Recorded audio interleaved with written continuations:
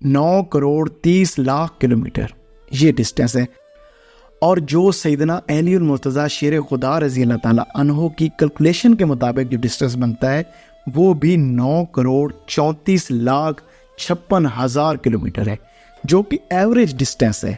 تو سبحان اللہ، میں قربان جاؤں آپ کے علم مبارک پر کہ آج اس قدر جو اتنا انسٹرومنٹس ہیں اور اتنا سب کچھ کیلکولیشن، کتنے اعلیٰ ترین آلات کے بعد ہمیں یہ ڈسٹینس پتہ چلا، اور آپ نے اپنے غور و تدبر اور غور و غوض سے وہ چیز پہلے ہی بتا دی. اللہ سبحانہ تعالیٰ نے اس قدر علم عطا کیا. اب میں یہاں پر حضرت امام جعفر صادق رضی اللہ تعالیٰ عنہ کا بھی لیول آپ کو بتاتا ہوں، جو کہ حضرت امام باقر رضی اللہ عنہ کی اولاد مبارکہ ہیں. حضرت امام جعفر صادق رضی اللہ تعالیٰ عنہ نے 12 سال کی عمر میں ارسطو کے 1000 سال کے نظریے کو زمین بوس کر دیا. کیونکہ حضرت امام باقر جو تھے، آپ کی جو درسگاہ تھی وہاں پر علم جغرافیہ بھی پڑھایا جاتا تھا، علم ہندسہ بھی پڑھایا جاتا، علم طبیعیات بھی پڑھایا جاتا تھا. اب دیکھیں احباب، آج کے دور میں کیا یہ چیزیں ہماری درسگاہوں میں پڑھائی جا رہی ہیں؟ نہیں پڑھائی جا رہی. حالانکہ یہ اس دور میں وہ جو خاص ترین علوم تھے وہ وہاں پر پڑھائے جاتے تھے. ارسطو کے نظریات طبیعیات کے وہاں پر پڑھائے جاتے تھے. اب ہوا کیا، حضرت امام باقر امام جعفر صادق کو طبیعیات پڑھا رہے تھے، اور آپ اس حصہ پر پہنچے جس میں ارسطو نے یہ بتایا کہ دنیا میں 4 عناصر سے زیادہ عناصر کوئی موجود نہیں ہیں، یعنی کہ پانی، ہوا، آگ اور مٹی.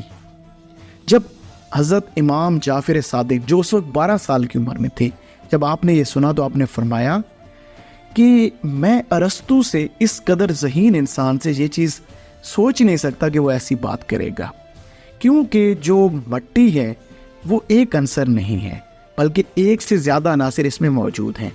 یہ جتنی بھی اس زمین کے اندر سے مٹی سے جو دھاتیں نکلتی ہیں سب ہی جداگانہ عنصر ہیں، سب ہی جداگانہ معاملات ہیں، تو پھر مٹی کیسے ایک عنصر ہو سکتی ہے؟ تو آپ نے 12 سال کی عمر میں ارسطو کے جو 1000 سال کا جو ایک نظریہ رائج تھا، آپ نے اس کا رد کر دیا. جب حضرت امام جعفر صادق رضی اللہ تعالیٰ عنہ خود درس آپ نے دینا شروع کیا تو فرمایا ہوا بھی ایک عنصر نہیں بلکہ یہ چند عناصر پر مشتمل ہے، اور یہ بھی فرمایا کہ ہوا میں کئی ایسے اجزاء موجود ہیں کہ جو سانس لینے کے لیے ضروری ہیں. اب 1794 میں لوازیہ نے جب ہوا میں سے آکسیجن کو الگ کر کے وضاحت کی کہ آکسیجن ہی جانداروں کی زندگی کا ذریعہ ہے، تو ماہرین نے، اس دور کے ماہرین اور علماء نے دوسری گیسوں کو زندگی کے لیے غیر مفید قرار دے دیا. لیکن پھر انہی علماء نے، انہی ماہرین نے 19ویں صدی میں اپنے بیان کی درستگی کی تصحیح کی کہ آکسیجن اگرچہ وہ گیس ہے جو جسم کے اندر خون کو صاف کرتی ہے، لیکن اگر کوئی جاندار ایک مدت تک صرف آکسیجن سے ہی سانس لے تو اس کے پھیپھڑے کے جو آلات ہیں وہ اس مرکب سے جل جائیں گے، یعنی کہ آکسیجن سے جل جائیں گے، کیونکہ آکسیجن خود جلتی نہیں مگر جلنے میں مدد ضرور دیتی ہے. اسی لیے پھیپھڑوں میں دوسری گیسز کا جانا ضروری ہے کہ تاکہ طویل مدت تک آکسیجن کی وجہ سے کہیں پھیپھڑے جل نہ جائیں.